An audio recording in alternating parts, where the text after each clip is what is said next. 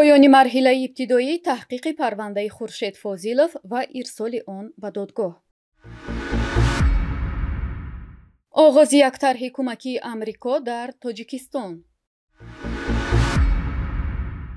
اشاره مقامات بلندپایه روسیه در جهت احتمال بسیج مهاجران به جنگ در اوکراین.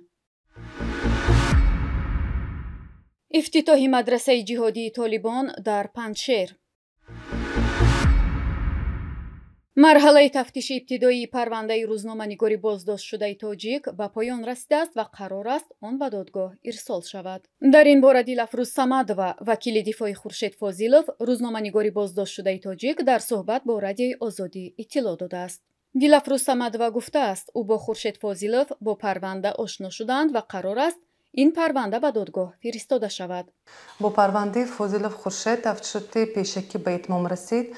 عاید این به ما روز گذشته یعنی 10 می سال 2023 اعلام کردند. ما با همراهی فاضلوف خورشید با مواد پرونده جنایتی شناس شدیم و عین حال پرونده باید که به مقامات سودی مرحله یکم برای محیطم بررسی کردن ارسال کرده شود.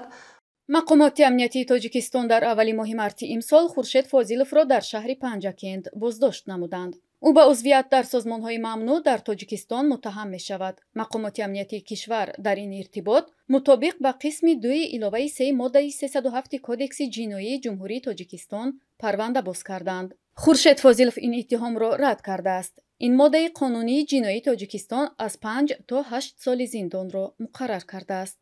خورشید فاضلوف هشتمین روزنامه‌نگار تاجیک است که در یک سال اخیر بازداشت شده است. تاکنون 7 روزنامه‌نگار با گناه عضویت در سازمان‌های ممنوع و اتهام‌های دیگر در پس پنجره زندان رفتند. این در حالی است که اخیراً کمیته دفاع از خبرنگاران از تاجیکستان خواست تا کل روزنامه‌نگاران و بلاگران بازداشت شده را آزاد کند، اما تا حال حکومت کشور پاسخی به چنین درخواست‌ها نداده است.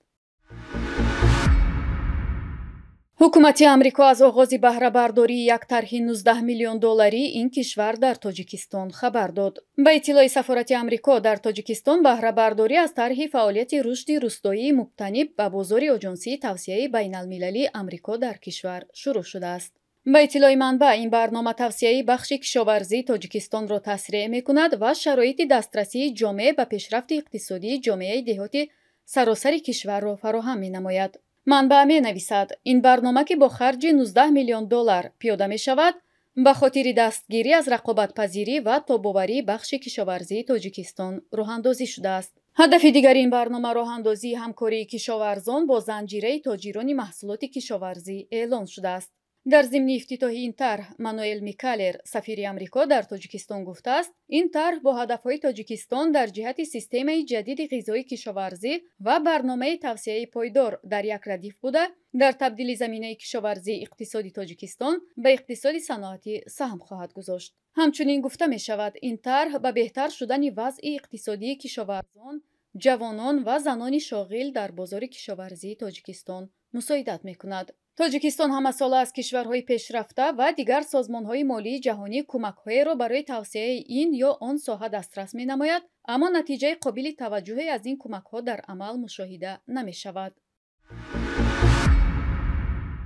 رئیس کمیته تفتیشاتی روسیه اشاره به احتمال بسیج آن شهروندان کشورهای آسیای مرکزی به جنگ اوکراین کرده است که مقام شهروندی روسیه را نیز دارند. به اطلاع خبرگزاری آزیا پلوس، الکساندر باستریکین طی نشست خبری اشاره به بسیج نظامی آن شهروندانی از کشورهای آسیای مرکزی کرده است که همزمان مقام شهروندی روسیه را نیز دارند. رئیس کمیته تفتیشاتی روسیه گفته است مردم در رسانه‌های اجتماعی میگویند چون روس‌ها در جبهه هستند مهاجران حمله به عقبگاهی ما میکنند. به گفته او مردم پیشنهاد مینمایند اگر آنها شهروندی روسیه هستند مقام شهروندی را کسب کردند به صفوف پیش بفرمایند. اگر به صف پیش نمی روند، اگر قرض شهروندی خود را اجرا نمی نمایند به وطن خود برگردند. طی این صحبتش باستریکین بار دیگر یادآور شده است که افزایش کارگران مهاجر در روسیه مسبب افزایش جنایت در این کشور بوده است.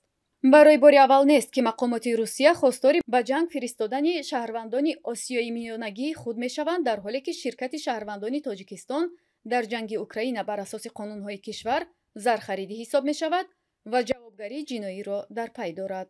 бо вуҷуди ин ҳафтаи гузашта Михаил Матвеев, вакили мардумӣ, дар Думаи давлатии Русия гуфта буд, ё Русия аз системаи душаҳрвандӣ бо баъзе аз кишварҳои Осиёи марказӣ даст кашад, ё қоидаи басиҷи мардуми дорои мақоми душаҳрвандӣ ба ҷангро тағйир диҳад. аз замони оғози ҷанги Русия дар Украина ки чандин шаҳрванди зиндонии Тоҷикистон низ ба он бурда шуд, душанбе вокуниши расмии ҷиддие ба ин гуна мавзеъгириҳои мақомоти рус накардааст, ба ҷуз ин ки вазорати умури хориҷии кишвар аз шаҳрвандон даъват карда то ба ин ҷанг нараванд. طالبان از تأسیس یک مدرسه جهادی در ولایت پنجشیر افغانستان خبر داده است. کانال تلگرامی اوماج نیوز می نویسد طالبان در ولسوالی انابه ولایت پنجشیر مدرسه جهادی تأسیس داده است که در آن با اصول 14 قرن قبل طالب علمان تدریس خواهند شد. مولوی مسیح الله رئیس این مدرسه گفته است مردم افغانستان از آموزه‌های درست اسلامی دور شده بودند و اکنون طالبان آنها را دوباره به اصل آموزه‌های اسلامی واقعی برمیگردانند. در این ضمن او گفته است شیوه‌ها و کتاب‌هایی که در این مدرسه از طریق آنها تدریس صورت می‌گیرد به 1400 سال پیش برمیگردند. منبع اطلاع بیشتری در شیوه درسی و همچنین فنون مورد نظر این مدرسه ارائه نکرده است که هدف از پیوند خوردن کلمه جهاد با این مدرسه یا مکتب در چی ظاهر می‌شود. اما منبع می‌نویسد طالبان در تمام ولایات افغانستان مدارس دینی را تحت عنوان مدرسه جهادی تأسیس کردند. در این مدرسه ها تعلیمات دینی به شکل سنتی قدیمی تدریس می شود و از تدریس علوم جدید در آنها خبری نیست. ایده از کارشناسان گفتند مقامات طالبان در این گونه مدرسه ها با توجه به ایده های طالبانی طالب علمان را تندرو تربیت می کنند.